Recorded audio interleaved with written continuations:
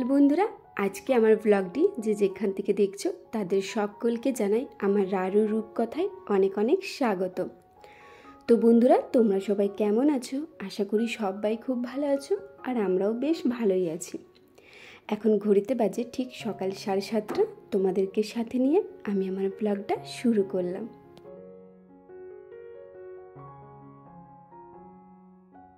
এখন ঘুম থেকে উঠে সোজা ছাদে চলে এসেছি, আর আমি কিন্তু এখনো পর্যন্ত ব্রাশ করিনি। আসলে কলতলে শাশুড়ি মা স্নান করছিল, আর স্নান করতে অনেকটাই দেরি আছে, তো ভাবলাম অতক্ষণ বসে না থেকে উপরে চলে যাই, কাজগুলো করে আসি। তো এখন উপরে চলে এসে প্রথমে আগে পাপোশগুলো তুলে নিয়েছি, আর এখন সমস্ত রুমগুলো ঝেড়ে নেব। আসলে জানো তো, ওপরে আমরা থাকি না বলে যখন সকালবেলায় বিছানা ঝাড়তে যাই দেখি টিকটিকির পটি পড়ে আছে বিছানাতে। তো ওইসব জিনিসগুলো দেখলে না একদমই ভালো লাগে না, সে গা ঘিন ঘিন করে। তো ওই জন্য প্রত্যেক দিন সকাল বিকাল দুবেলা বিছানাটা ঝেড়ে দিই। এত টিকটিকির উৎপাত হয়েছে আমাদের বাড়িতে, আর আমাদের বাড়িতে মানে বলতে শুধু এই আমার রুমটাতে, বাকি কিন্তু 3টে রুমে একদমই কিছু নেই। তো যাই হোক, এখন বিছানাটা ভালো করে ঝেড়ে দেবো।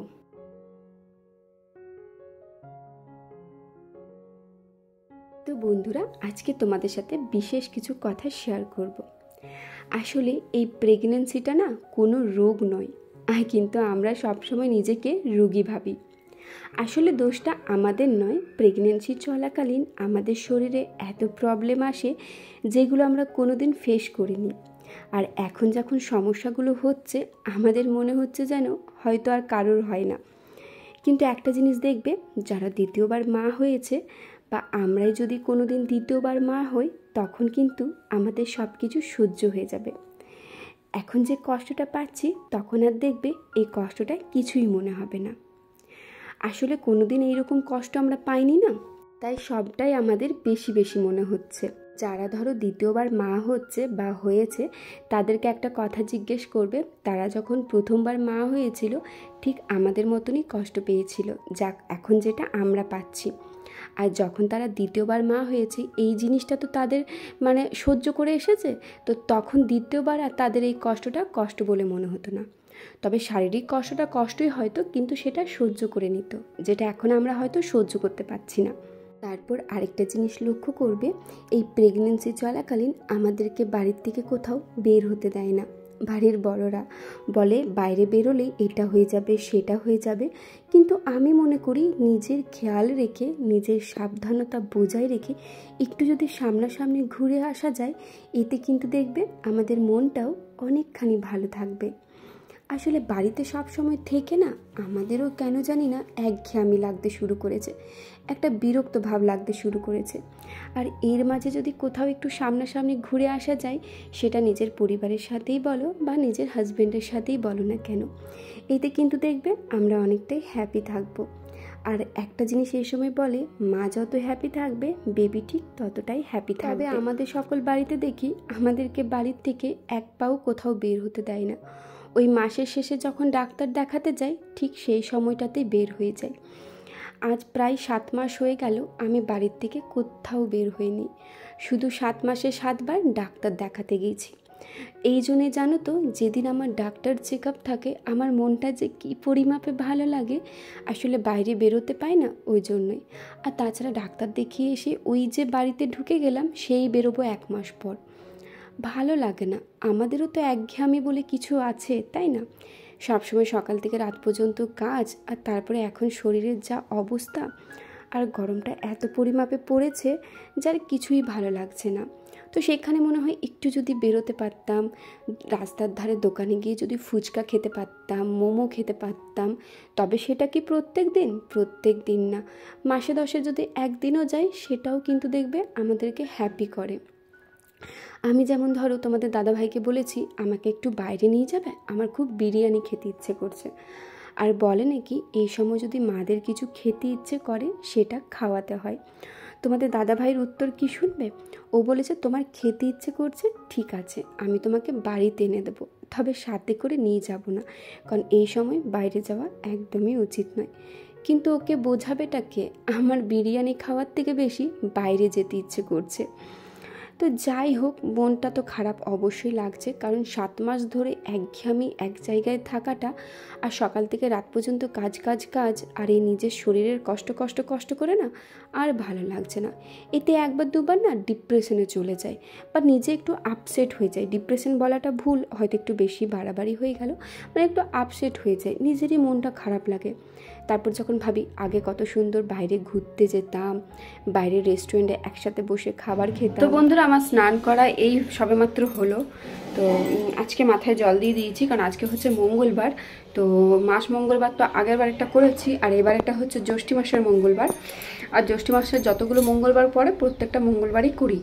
তো এখন আমার শাশুড়িমা গেছে পুজো দিতে, আর আমার এই যে স্নান করা হয়ে গেছে, আর এখন ঘড়িতে বাজে 9টা বাজতে 10 মিনিট বাকি আছে। তো এরপর তোমার আমি ঠাকুরের বইটা পড়ে নেব, কারণ এখনও ঠাকুরের বইটা পড়া হয়নি।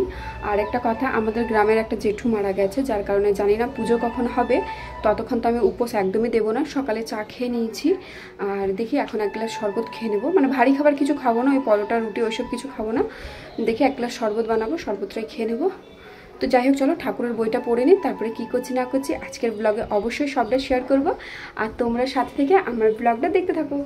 তো যেটা বলছিলাম, বাড়িতে থেকে না একদমই আর ভালো লাগছে না, মনে হচ্ছে কোথাও একটু ঘুরে আসি। তো যাই হোক, কোথায় আর যাব, কেউ তো আর নিয়ে যেতে চাইছে না। শুধু এখানে বলে নয়, যখন 5 মাসে আমি আমার বাড়ি গিয়েছিলাম, মাকেও বলেছিলাম চলো না একটু বাজার থেকে ঘুরে আসি। আর আমাদের বাড়ি থেকে বাজারের ডিস্টেন্স হচ্ছে ওই 10 মিনিটের মতো, বাসে করে যেতে হয়। মা বলেছে একদম না, বাড়ির থেকে কোথাও বের হতে দেবো না, বাড়ির মধ্যেই থাকতে হবে। তো মায়ের কাছে গিয়ে যে 20 থেকে 25টা দিন ছিলাম, তো এই বাড়ির মধ্যেই বন্দি খাঁচার মতো ছিলাম। যেটা খেতে ইচ্ছে করছিল বাবা এনে দিচ্ছিল, বাড়ির মধ্যেই বসে বসে খাচ্ছিলাম। তো আমাদের সকল বাড়িতে না এই জিনিসটা বোঝে না, যে একটু বাইরে ঘোরাঘুরি করলে, বাইরে যদি একটু যাওয়া হয়, তো সেখানে কিন্তু শরীরটা আমাদের অনেকটাই ভালো থাকে, আর শরীরের সাথে কিন্তু মনটাও ভালো থাকে। আর মনটা যদি ভালো থাকে তাহলে তো সব কিছু ভালো থাকবে।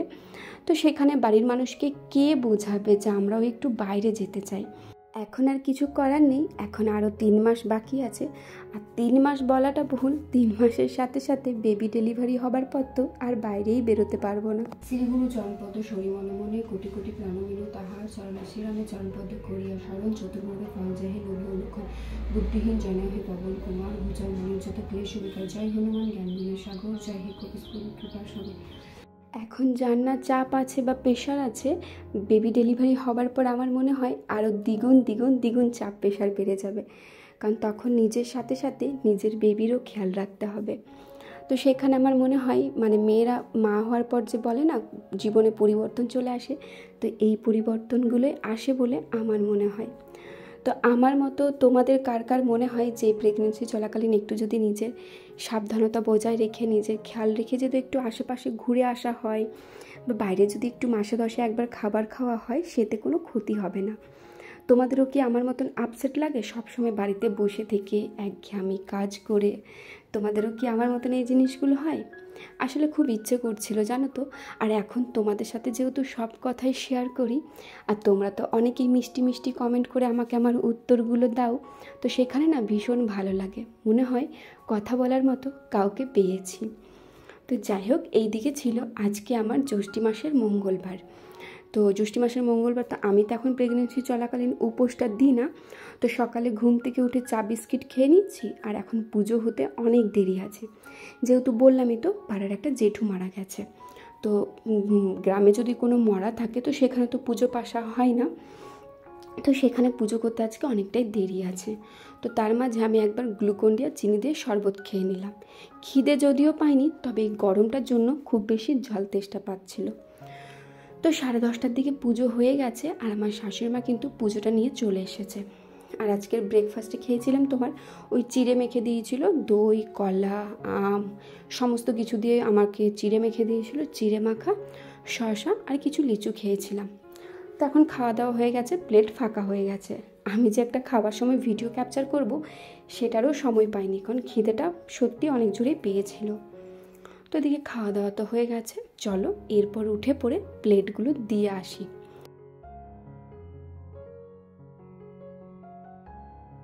মাস মঙ্গলবারে যেমন আমরা মুড়ি খাই না, শুধু ডালি আর খিচুড়ি খাই দুপুরে, আর রাত্রেবেলায় রুটি বা পরোটা খাই। কিন্তু জ্যৈষ্ঠ মাসের মঙ্গলবারে একবেলা তুমি মুড়ি খেতে পাবে। তো ওই জন্য দুপুরে মুড়ি, আচার তেল আচার, আর ওদিকে মুসুরি আলু সেদ্ধ করেছিল, আর তোমার ছিল শশা। আমি টক দই নিলাম না, কারণ খেতে ইচ্ছে করছিল না। তো মুড়িটা খেয়ে নেবার পর এখন খেয়ে নেব ওষুধ। তো আমাকে ভিডিওতে একটা দিদিভাই বা বোন কমেন্ট করেছো যে তুমি তোমার প্রেগনেন্সি জার্নিতে ঠিক কত রকমের ওষুধ খেয়েছো বা কী কী ওষুধ খেয়েছো। তো এই ভিডিওটা না হয় আমি পরের ব্লগে শেয়ার করব, যেহেতু আজকের ব্লগটা তো পুরো শেষের কাছাকাছি চলে এসেছে, আর এই ব্লগে শেয়ার করাটা একদমই সম্ভব নয়। পরের ব্লগে আমি অবশ্যই শেয়ার করব যে প্রথম মাস থেকে 7 মাস পর্যন্ত আমার ডাক্তার আমাকে কী কী ওষুধ দিয়েছে। তো এখন যত দিন যাচ্ছে তত দেখছি ওষুধের সংখ্যাটা কমতে থাকছে। তো এখন আপাতত 3টে ওষুধ আছে, সেই 3টে ওষুধ আমি খেয়ে নেব। তো এই দুপুরবেলাতে না মুড়ি খেতে একদমই ইচ্ছে করে না, তবে যেহেতু ভাত খেতে পারবো না তার কারণে মুড়িটা খেয়েছিলাম। কি আর করা যায়, হাতে তো কোনো অপশন ছিল না। আর এইদিকে দেখো আমার কাণ্ডটা, ওষুধ যখনই খেতে যাই আমার ঠিক গলায় আটকে যায়। কেন যে এই জিনিসটা হয় বুঝতে পারি না, মনে হয় গলার ফুটোটা কম আছে। তো এদিকে ওষুধ খেয়ে এখন শুয়ে পড়বো। তো চলো বন্ধুরা, আজকের ভিডিওটা তাহলে এত দূরে রাখলাম। ভালো লেগে থাকলে অবশ্যই like, comment, share and subscribe করে আমার পাশে থেকো। দেখা হচ্ছে অন্য কোনো নতুন ব্লগে। ততক্ষণে সবাই খুব ভালো থেকো, সুস্থ থেকো, সাবধানে থেকো।